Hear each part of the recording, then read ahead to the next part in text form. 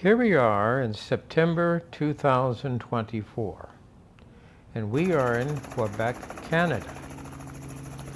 And we arrived here in Quebec, Canada on the Emerald Princess Carnival Cruise Line.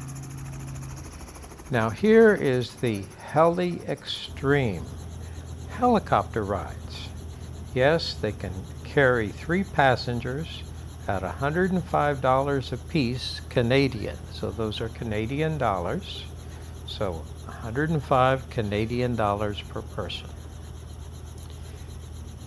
And we're going to go ahead and take the helicopter flight.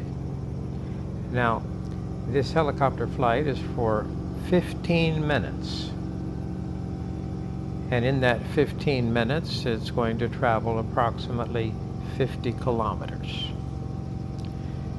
And we're going to cross the fjord and see the countryside. And what a way to do it, there aboard a helicopter. Now this is a light helicopter, and it's a piston engine helicopter, air-cooled piston engine, turbocharged. Now obviously we're right here at sea level, and this part of the world, here in Canada, there is a considerable tide. In other words, the level of the ocean changes considerably over the course of a 24-hour day as a result of the tide. So there we can see that effect. Beautiful scenery, very nice helicopter. Now obviously we're wearing headphones in the helicopter so we can hear the pilot. He's giving us a narration of what we're seeing and where we're going. And the sound that you actually hear with the headphones is rather quiet, so you really don't hear the sound of the helicopter so much. Now, it's a beautiful day. The temperature probably is in the mid 60s, low 70s. Quite refreshing. Now this is September, so this is towards the end of the summer months. Here in another month or so, we'll see many of the trees. Their leaves will change color. Now as we look out here, a lot of these trees are actually evergreen trees, so they'll stay green all year. And of course, this far north in Canada, there in January, February, there'll be a lot of ice. And the fjord was actually cut by a glacier over a long period of time, and it's very deep, so it's very friendly to large ship traffic.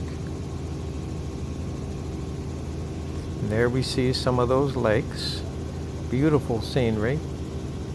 Now, one thing about this part of Canada is as far as the countryside is concerned, the population density is pretty low.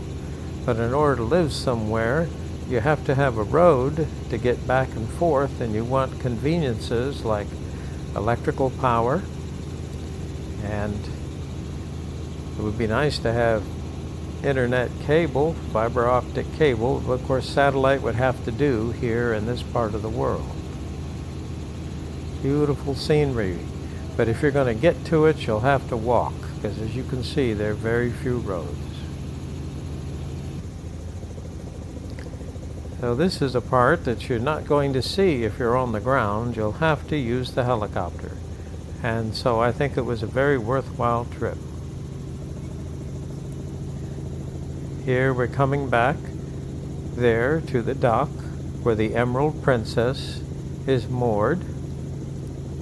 And that's actually a very large cruise ship. One thing that's interesting as you look at the dock and the way the gangway is designed, it's designed to allow the ship to rise and fall a considerable distance with the tide. There's our ship, kind of a floating luxury motel, or hotel I should call it. Fine dining, very comfortable. And then of course you leave to go explore the town that you're visiting that day, and then overnight it will move from one place to another So every day is a new experience. And of course, Heli-XTREME is taking advantage of all these tourists right there at the dock. We're landing. Now here's our helicopter. We're actually just videotaping it so you can see what we actually flew on. There's only one helicopter, air-cooled, piston engine, turbocharged, and this is a small helicopter.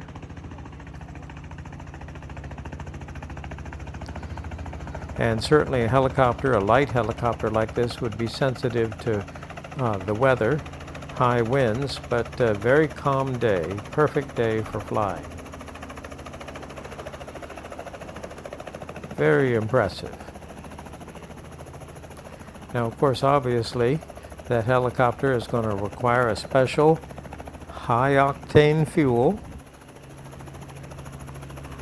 And they're storing it right there.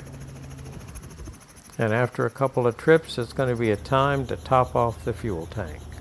And there we see him filling the helicopter.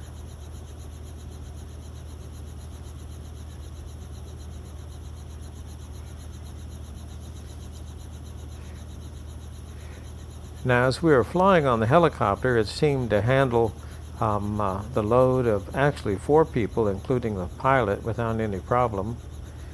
We are at sea level, obviously.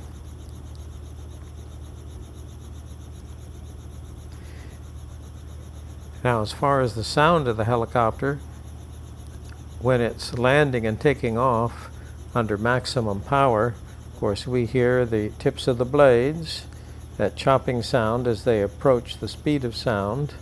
But otherwise, when we're actually flying, it's relatively quiet. Of course, we do have probably noise-canceling headphones on, so it gives us the sensation of very quiet. There it goes. And probably that engine's operating at maximum load.